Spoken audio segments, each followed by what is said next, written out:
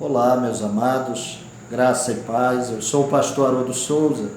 Nós estamos dando continuidade ao nosso projeto de discipulado dentro das bem-aventuranças do nosso Senhor Jesus. Hoje eu trago para vocês a reflexão do versículo de número 6 de Mateus capítulo 5, o qual diz assim: Bem-aventurados os que têm fome e sede de justiça, porque serão fartos. Quando o Senhor Jesus emprega essa figura, ou essas figuras da fome e da sede, é claro que ele está falando no sentido figurado, mas isso aqui emprega uma dramaticidade. O Senhor Jesus está falando, não é daqueles só que querem, ou têm vontade, ou têm desejo, mas aqueles que têm fome e sede. Fome e sede indica uma necessidade urgente, que se não for suprida, pode levar à morte. É aquelas pessoas que estão totalmente movidas pela vontade extrema de verem a justiça de Deus sendo feita.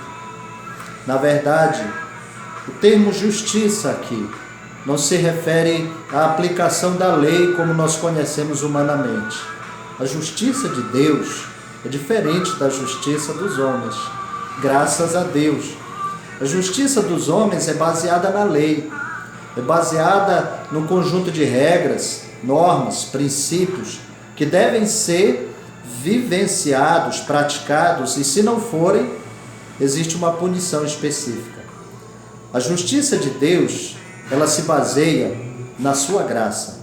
Sim, a Bíblia diz que o Senhor Jesus, ele se fez pecado para que em nós fosse feita a justiça de Deus. Sim, a justiça de Deus, ela se revela plenamente, não na lei, mas plenamente na graça. A lei é uma base, mas a substância da justiça divina é a graça. O veículo dessa justiça é a graça, porque não se baseia no mérito, mas se baseia na obra redentora do nosso Senhor Jesus Cristo.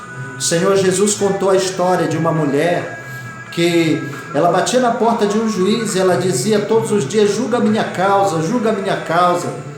E a Bíblia diz que aquele juiz não temia a Deus nem aos homens, mas por causa da insistência, da perseverança daquela mulher, da fome e da sede de justiça daquela mulher, aquele juiz disse: eu não temo a Deus nem aos homens, mas porque esta mulher me importuna, eu vou fazer justiça a ela. E ele julgou favorável a ela.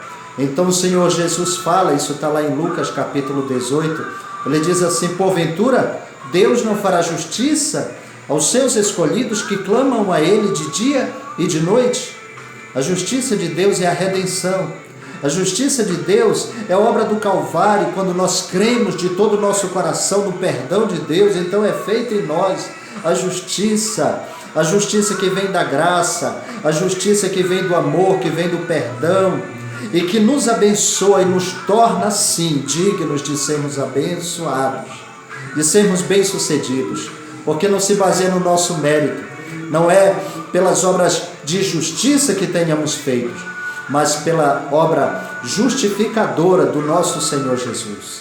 Então, quando falamos de fome e sede de justiça, falamos dos princípios, dos valores do reino a serem aplicados em nossa vida e na sociedade. Eu lembro de um filme que eu assisti há um tempo atrás, O Conde de Monte Cristo, no qual o homem sofria todo tipo de injustiças e injustamente ele vai preso.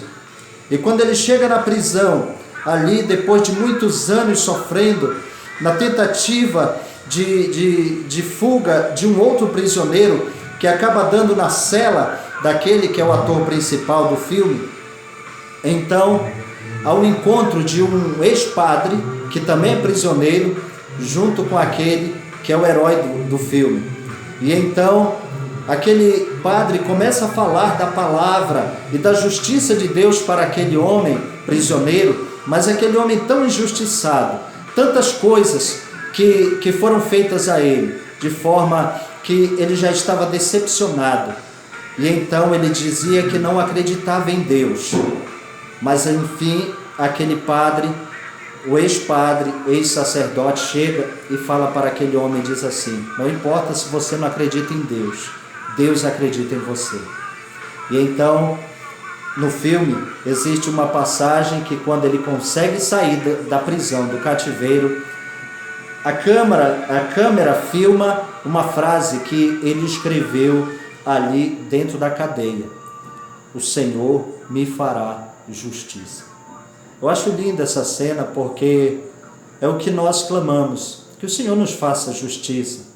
Nós queremos a verdade do reino, a justiça do reino, não a nossa justiça humana, não a nossa opinião do que é certo do que é errado, mas que a glória de Deus desça como chuva sobre nós e traga a justiça de Deus, a bondade, que traga a pureza, que traga a retidão, que traga a verdade, que traga verdadeiramente a paz aos corações. Isso os homens não podem dar, somente o Espírito Santo.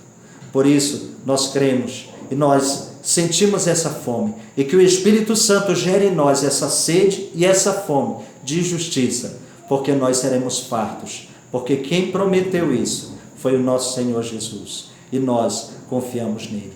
Que o Senhor abençoe você e a sua casa, e faça justiça sobre a tua vida e a tua família, a justiça de Deus.